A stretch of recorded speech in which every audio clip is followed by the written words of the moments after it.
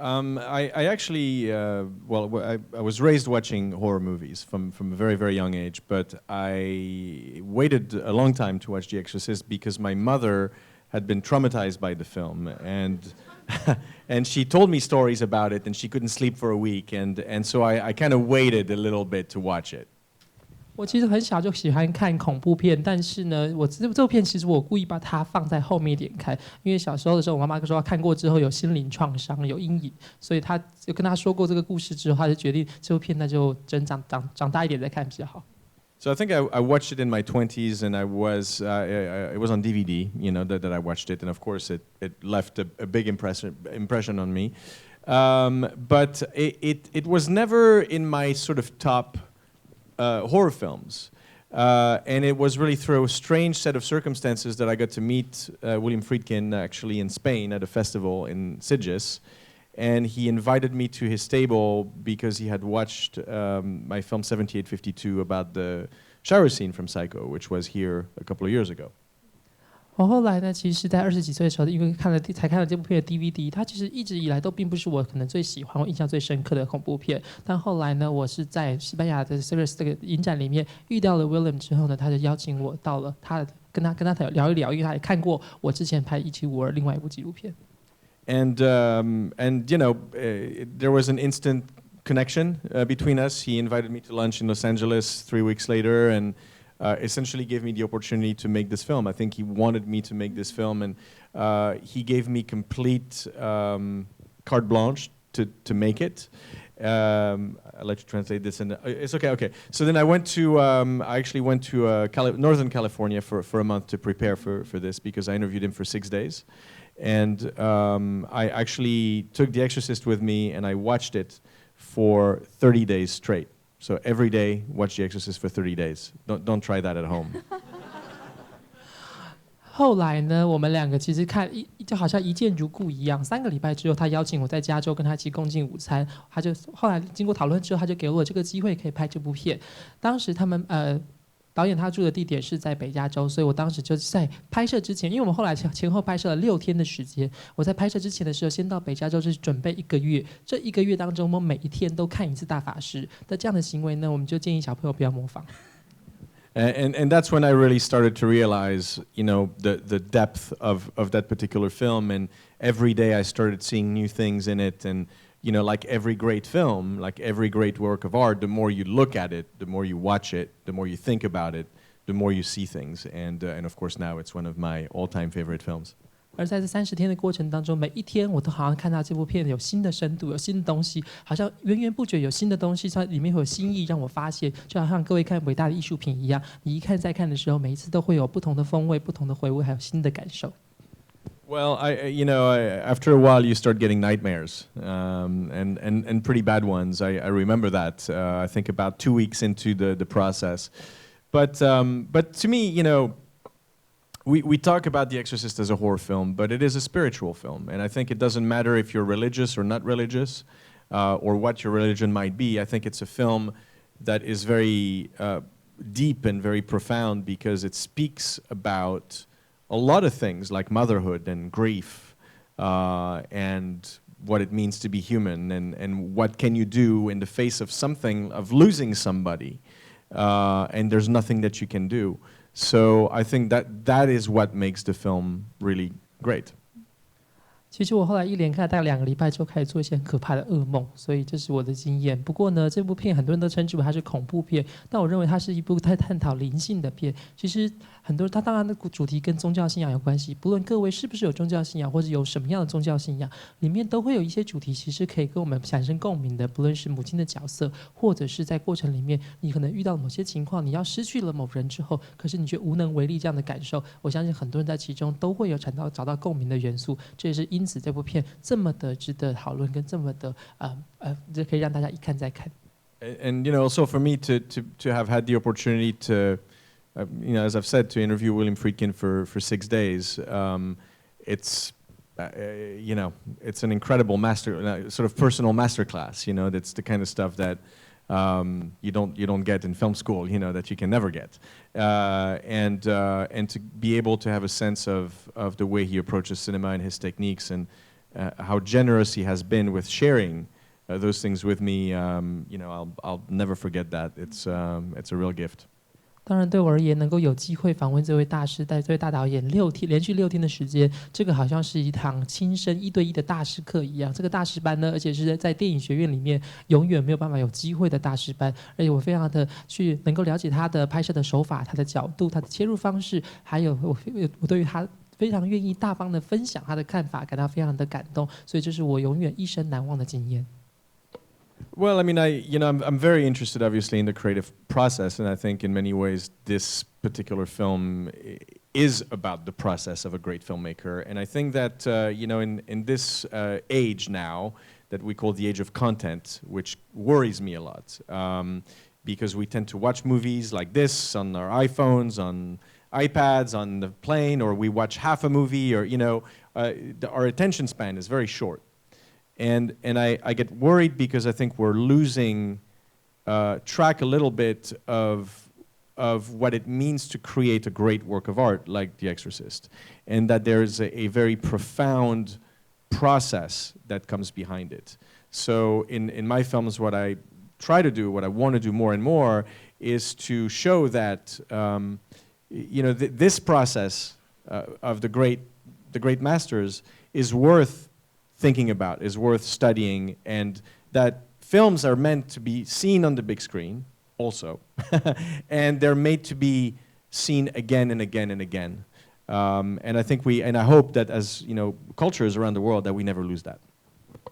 当然，我自己对于创作过程非常感兴趣。我也认为呢，在现在这个内容爆炸、资讯爆炸的时代，其实我有点担心，因为大家现在很常看很多东西，随时都在看东西，看各种不同的内容。有时候可能看一部网络上的影片，看个广告，看个游戏等等，我们的专注力变得越来越短的情况之下，很难花时间好好的去专注的看完一部作品。但我要在这个作品里面特别强调，更特别去述说的是，这是一部非常深刻的作品，而要创作这样的深刻作品，其中的过程，它的历程就变得非常重要。而他的这个大师的拍摄过程，他的想法，其实也值得非常深入的去深究它，而且也值得一看再看。在我心目中，我觉得电影本来就应该在大荧幕上播放，所以我希望大家在世界各地，不论在什么样文化之下，都不会错失或者是失去或遗忘这样的体验。This guy has a great memory. I forget quickly. 翻译很厉害哦。That's a huge cosmic question. So I'm going to tell you a little story. After making The Exorcist, not The Exorcist, Leap of Faith, I was in New Zealand back in May, and the film was finished. It had not premiered yet, and I was thinking a lot about William Friedkin, and I was on the beach, and I saw a little trail in the sand, just a little thing, and I followed the trail, and at the end of the trail there was a little bee. And it was completely drowning, and it was struggling and struggling and struggling. So I took the bee and I saved it. I went all the way, away from the beach, and I put it on a log. And I watched it for about almost an hour as it started getting dry and it started regaining its strength. And it eventually, flew away. And as this was happening, I thought about William Friedkin, because to me that was a grace note. It's one of those little things. And I was thinking about fate, because that bee would have died if I hadn't been there and if I had not paid attention to it. So what was it that brought me to that beach at that time to save that bee? Maybe that bee lived another day, I don't know. But those things are really, I think, what this film is about and what he's talking about. Those are the mysteries. And the beauties, whether it's God, whether there's no God, whether there's fate, or whether it's coincidence, it's all the same. It's just these moments that are mysterious but so beautiful that that's what life is all about for me. 面对您这位这个大如苍穹的问题呢，我跟各位说个故事。我之前拍完这部片之后，那时候这部片还没有首映的时候，我在今年5月回到纽西兰，当时躺在沙滩上面，然后看到沙滩上面有一条小小的痕迹，我就跟着这个痕迹往前看之后，看到有一只蜜蜂在海水里面载浮载沉，快要死掉了。这个时候我就起心动念，把这只蜜蜂救起来，然后把它带离开沙滩，放在一块木头上面。接下来的1个小时，我是专心的看着这只蜜蜂，看它慢慢的让自己重新恢复力气，然后重新恢复力气之后，最后振翅飞走。我在这个过程里面就想到这位导演，这个大法师的导演，他常常提到这个所谓的灵光或者是巧思，这就是一个非常特别的灵光或巧思。有些人觉得这是命运，我觉得这也可能是命运的一部分。如果当时没有注意到这条痕迹，没有注意到这只蜜蜂，没有选择把它救起来的话，它可能就在这边淹死了。也许把它救起来之后，它的生命也可能只多活1天，但是谁会知道怎么会发生什么事呢？但是就是因为这些不同的原因，这些神秘的原因，不论各位认为是上帝的因素，或者是命运的因素，或者是巧合也好，这些情况造就了这件事的发生。我觉得这就是这位大法师导演在探讨的东西。不论是我们看到各种情况，其实也许都跟命运有关，但是都是因为这些神秘但美丽的时刻，让我们记住这些时刻。I think, You know, I think I have to go with. I think Father Karras for me is the most poignant character because he saves this little girl that he never really gets to know. He only meets her as the demon, and by the time he throws himself out the window, as an act of essentially self-sacrifice.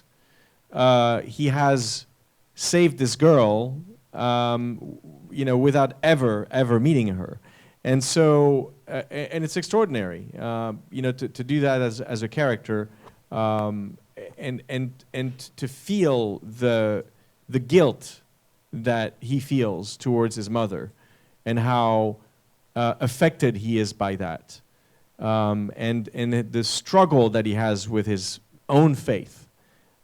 Which is a central theme, obviously, of the film. It's an extraordinary character, and for a non-actor to be able to carry that role, I think is wonderful. 我觉得看完30遍之后，我可能的选择可能是这个神父的角色，因为他去救了一个他从来没有真正认识的小女孩，因为他每次看到她的时候，她都已经是恶魔的状态了，或者是这样的已经被附身的状态，所以他其实没有办法真的去认识这个小女孩原本到底是什么样子。他最后决定要牺牲自己的生命的，这是一种自我牺牲。同时，他其实面对的是，比如说他怀抱着对于母亲的罪恶感，或者是他对于自己在信仰上面的这些挣扎这些情况，其实这是我们很多人都会面临到的情况。我觉得以一个我们应该说是非职业演员能够去承载或者能够去展现出这样的表现，我觉得是非常印象深刻的。Yeah, this is also another huge question, and it's a great question. And I think when a great filmmaker like William Friedkin, makes a film, obviously there is a very clear intent. But as he's talked about, there's also a lot of intuition. And I think that intuition is something that becomes truly great once there is a craft behind it. And I think part of the craft of William Friedkin is studying art, studying music, thinking about all these things. So as a result, not everything becomes intentional, because everything comes from inspiration, ultimately. And so therefore, his interpretation of his work, or our interpretation of his work, can be different, but they're all true in a way, because great art transcends the single intent of a filmmaker. A great painting transcends the intent of the painter, and you can go through the arts like this. And I think that's what makes them great, is we can talk about them 40 years later, 100 years later, and keep finding new things, and this will never stop.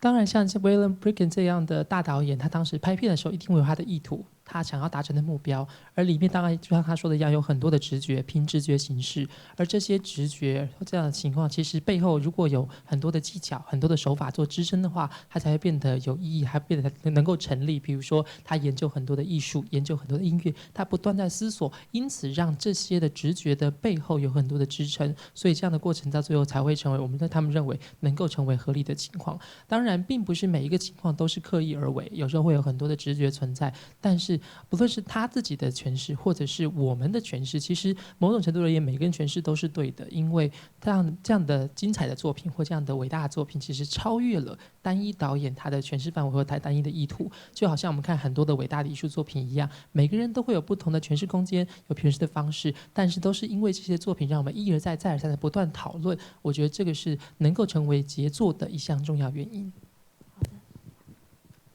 好的，因为时间的关系，我们厅内的 Q&A 到此结束但是导演待会还会在厅外拍照，那大家如果有问题想和导演交流，也很欢迎，或是大家也可以到明天傍晚的导演讲堂来继续跟导演做交流。那我们就再次用最热烈的掌声，谢谢 Alexander 导演，谢谢 ，Thank you very much，Thank you，谢谢。